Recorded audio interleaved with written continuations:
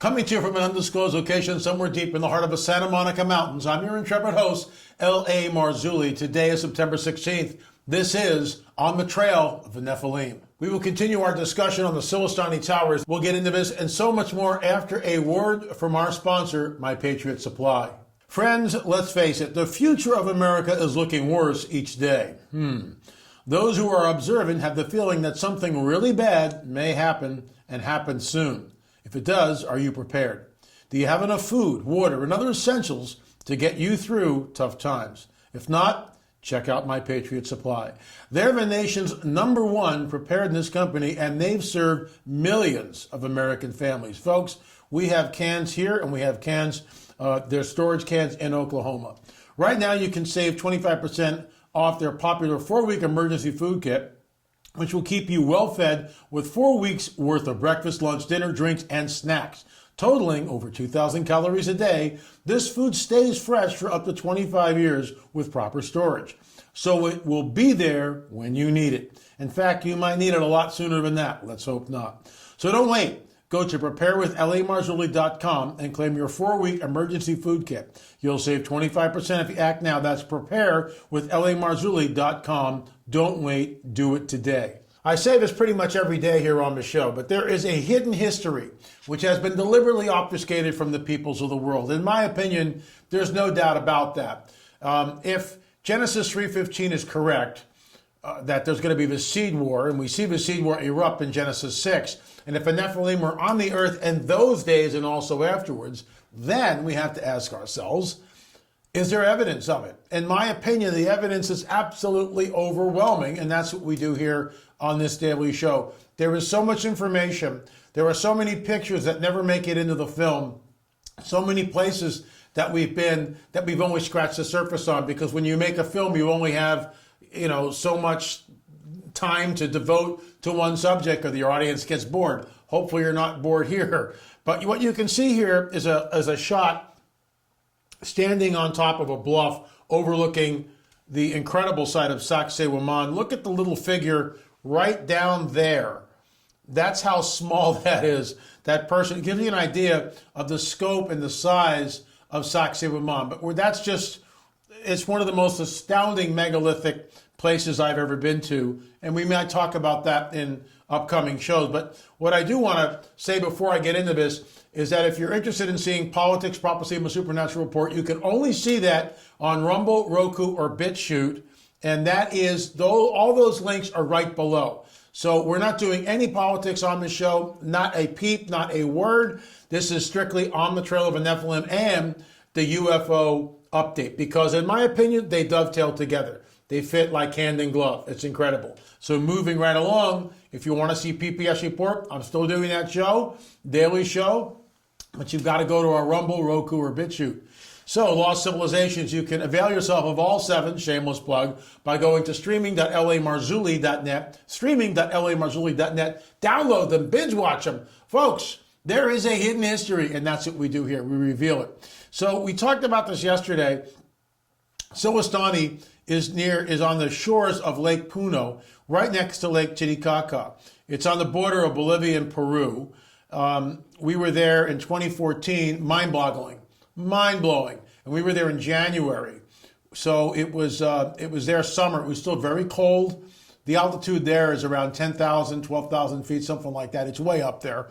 And it was one of the strangest places I've ever been to, Silistani. So let's get right into it. Silistani is a pre-Incan cemetery on the shores of Lake Umayo near Puno in Peru. Stop right there. That's total conjecture. Now, they call it a pre-Incan cemetery because they did find burials in the towers. But as we will see, the Mayan people, which they basically say that that these people built the towers. Sorry about that, folks. But we're saying, no, they didn't. Something else is going on here, in our opinion. The tombs, which are built above ground in tower-like structures called chupas, are the vestiges of the Kula people, who are Aymara, conquered by the Inca Empire in the 15th century. All right, so we know that these people were in this area, but we never got to speak to the Kula people. We never got to ask them, hey, were these towers here when you guys came into the land? Did you just find them here? The reason for this is there's advanced geometry. And that's what I really want to drill into today.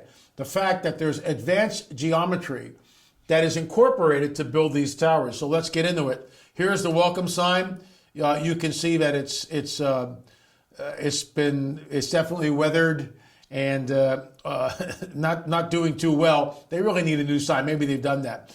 When you get up to where the towers are and you look over to Lake Puna, you see this island, and the top of it it's almost dead level.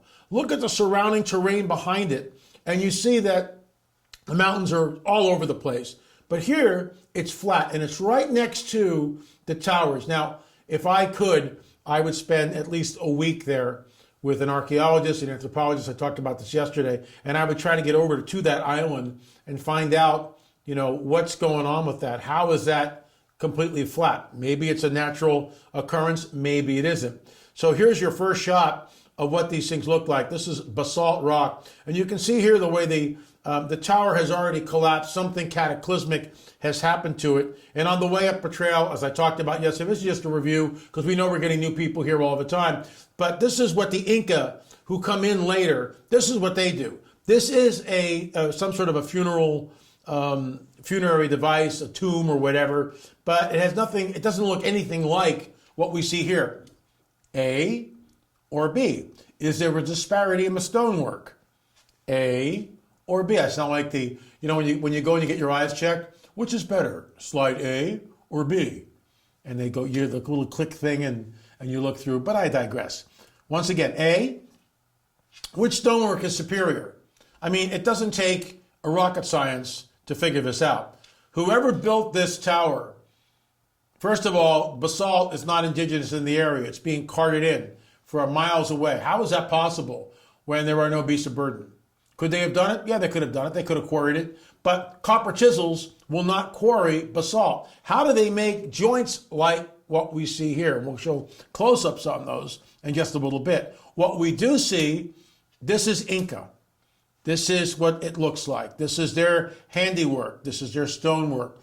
It's actually pretty good. I mean, if I had a stone thing like this in my backyard, it's a little funky perhaps, but it's nice stonework. I'm not cutting the Inca down for their ability to take indigenous stones and create walls and circular towers like this, but it's no match for this.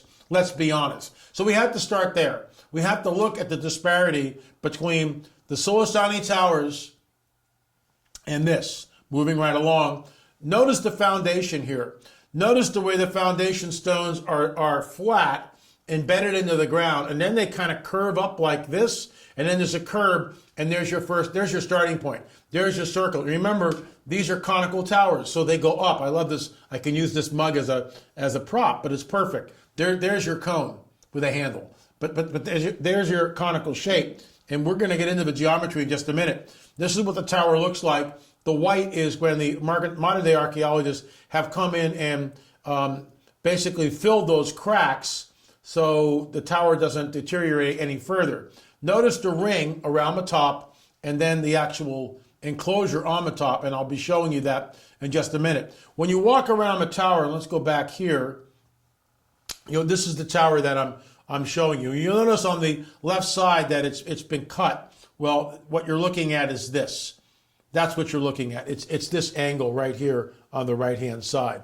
I think John Adam will show you that. That pile of rocks and cement is used to stabilize the tower and hold it together so it won't crumble. Unfortunately, when they've done all that, they sort of erase what the towers really look like. There are other ways to stabilize structures like this, but typical of Peru, and I'm saying this with all due respect to the Peruvian people, but you got to find a better way because this is nonsense. You've got to find a better way. If I were a billionaire, I would give you money to find a better way, but I'm not.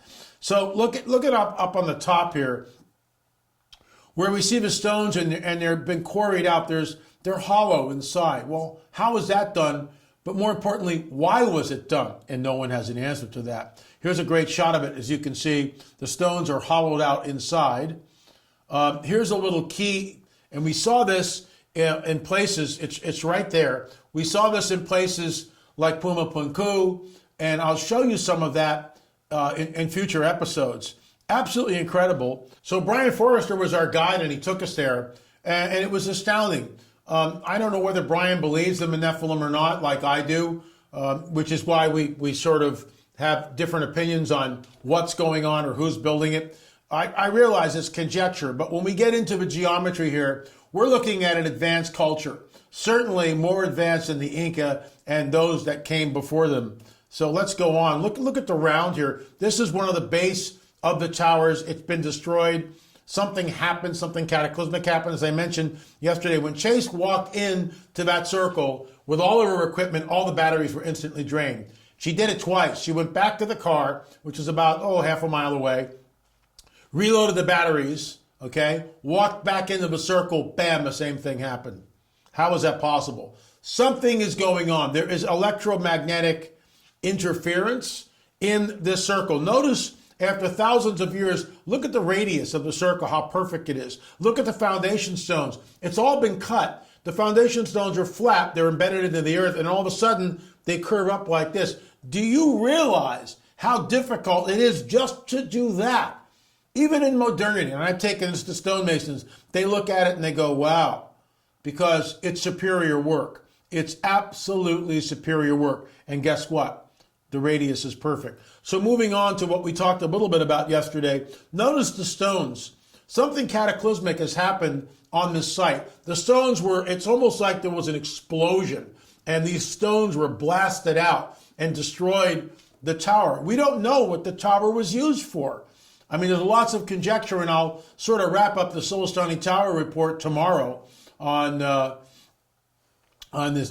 next show of On the Trail of the Nephilim. But look at the way they've been quarried out. It's astounding to look at. And again, something, in my opinion, something blew the back of this thing apart. Something blew that tower apart. Now, again, that's conjecture. We don't know. But when we look at stones like this, why do you need stones that are carved out in the middle if it's for, internment of pharaohs or dead bodies? Pharaohs are in Egypt, I get that. But seriously, why do we need to do things like this? Here's another shot of it, and you can see the stones up on top. Many of them have been hollowed out. What's the purpose of that? Look at the stonework at the base of that picture. The way the stones are fitted absolutely perfectly. And once again, we see that conical shape. So this is basically for people coming here for the first time. And thank you for visiting us here on Rumble. On YouTube. We really appreciate that. But if you want the full Monty, our politics, prophecy, and supernatural report, you've got to go to Rumble, Bitchute, and Roku to get that. Here's another shot of it. You can see the way the modern-day archaeologists have filled the gaps here to try to stabilize the tower. Bully for them, but I think there's better ways of doing that. And this is what I want to get to. Here's the top of one of the towers, thousands of years old, which is intact. Look at the stonework. Look at the top ring here. And maybe John Adam will zoom into that. There's not one stone that's exactly the same size, and yet they are quarried perfectly. Look at the ring around right here. So the tower comes up like this, and all of a sudden there's this ring that protrudes around the top of the tower. So what I want to get into is that in order to build a tower like this, one needs to know geometry. And this is where the official narrative, in my opinion, completely collapses of its own weight. It falls of its own weight. If the Inca didn't have geometry, did the Amaya people have geometry? Did the people before them who allegedly were there, did they have geometry? Look, you can see that in order to do this, you need a protractor, you need a ruler, you need a compass, you need all these tools. You need to know geometry. Well, if they knew geometry, why didn't they pass it along? The bottom line is, in my opinion, they did not know geometry. This is a very, very complex shape. Could I draw one? Give me a compass, a ruler, and a protractor, and if I knew geometry, and you can see how complex it is, I could do it. But if I don't know geometry and I'm just trying to draw it freehand, good luck with that. You've got to know geometry. You've got to know it. To build a tower like this, to construct something like this in the round, conical shape, once again, pointing in the mug, smaller at the bottom, wider at the top. We can see that it's quite a feat. Could we do it in modernity? Yes, because we now have geometry, we've got diamond saws, we've got lasers, we've got cranes, but they don't have that there. They don't have that there in Silistani. Were these funerary towers used for funerary purposes? In my opinion, absolutely not. Absolutely not. What they were used for, we have no idea. Were the towers connected in some sort of a relay? We don't know. We know that basalt has piezoelectric power, or properties, I should say, to it, so it can conduct electricity on some level, but, you know, was sound used? We have no idea. If we're intellectually honest, we have no idea what these towers were used for. But what we do know is that these towers are constructed with incredible precision, and advanced geometry was used to construct them. So much information, so little time, folks. If you want to find out more, but I haven't really covered Silistani, you're getting that here. But that gives you an idea. Folks, there is a hidden history that has been deliberately obfuscated from the peoples of the world, and that's why we're on the trail. And just like the UFO phenomena, here we go with our dovetail. How many years went by? There's no such thing as UFOs. Oh, it's swamp gas. It's a flock of birds. It's the planet Venus. It's a weather balloon. Now, the Pentagon admits what? With Pentagon UFO unit in the spotlight, report mentions off-world vehicles not made on this earth. What are you going to do with that information? Once again, I want to show the clip from Chase Klodsky here because it's really important. And I'm going to skip down to this part right about here. Extremely overwhelming to have something like this right there, and there's nothing you can do to record it. All of a sudden, there was just this feeling, and I turned around and kind of asked everybody else in the field if they felt like they were being watched. Okay. And I said, and I don't mean from up there, I mean from down here.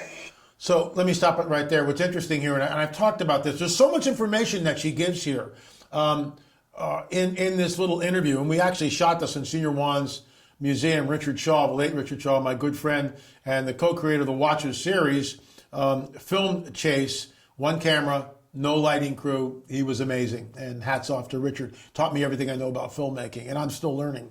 So anyway, Chase is talking about the fact that they realize that they're being watched. Something is going on. And let's pick it up from there. So, you know, her spidey senses, as it were, are tingling, and she's alarmed. And before anyone could answer, and there was barely any time, there was this fear that just gripped. It was physical, LA. It like punches into you almost. It's just really hard to describe. I'm very familiar with that feeling. This is not fight or flight. This is times 1,000. So she's telling us that the fear that she experienced is not fight or flight. It's something that's so visceral, that's so overwhelming that they fled the scene. So my challenge to those of you in the UFO community that insist, and I'm not going to mention any names, Stephen Greer. It slipped out. Sorry about that. But Greer, and he's welcome to come on the show and defend himself anytime. Greer states that these are not demonic or not fallen angels, that they're actually benevolent entities. How does he know that? You know, talk to people who have been abducted and probed numerous times. Talk to Chase Klodsky. Why is it that she's absolutely terrified? Why is it that she's terrified? Let me just digress here and get into this. This is what I want to talk to you about today. That when we have encounters with angelic entities, whether they are fallen or whether they're the good guys, what happens in the biblical prophetic narrative? When Daniel encounters an angel, what happens? Faceplant. Read it for yourself. An angel shows up and appears to Daniel and says, hey, 21 days it took me to get here. I was dispatched the moment your prayer reached the throne room. How the heck does that work? And I had to go get Mike and the boys to come in and fight my way through the Prince of Persia. Why does this angelic entity have to get reinforcements to fight his way to get to Daniel? You see, we get this glimpse of the heavenly war, the protocols, as Gary Stearman would say, the protocols of this heavenly war. We get a glimpse of it, but that's all we get. And when this angelic entity, and he's a good one, obviously, appears to Daniel, what happens? Boom, faceplant. Folks, these entities are incredibly powerful. Incredibly powerful. Both the good and the bad ones. When Chase had this encounter with this entity, she was overwhelmed. It was visceral. She describes it here times 1,000. What she experienced was unlike anything she'd ever experienced before. And we'll pick up and close our interview out with Chase. By the way, folks, I got to tell you, I love the new format. I love the set here. This is my wheelhouse, really. This is what I do. I've created 7 films, and I just love being here in the new set and talking about places that we've been, like Silistani.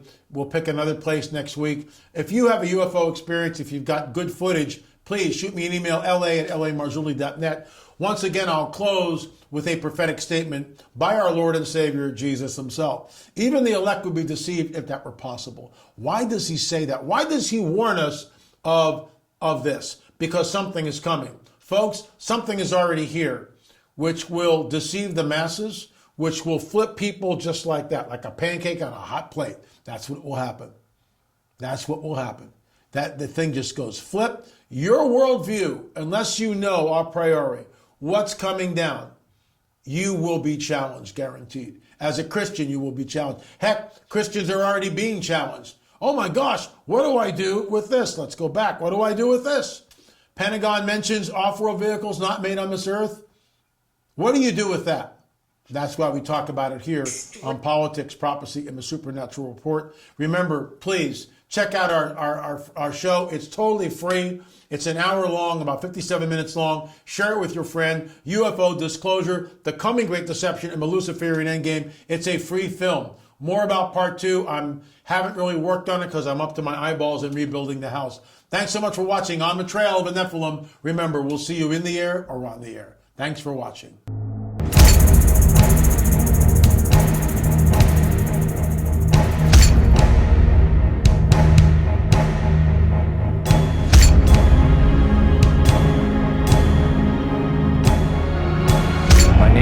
Matthews, I've seen a UFO. I've seen a UFO. I saw a UFO.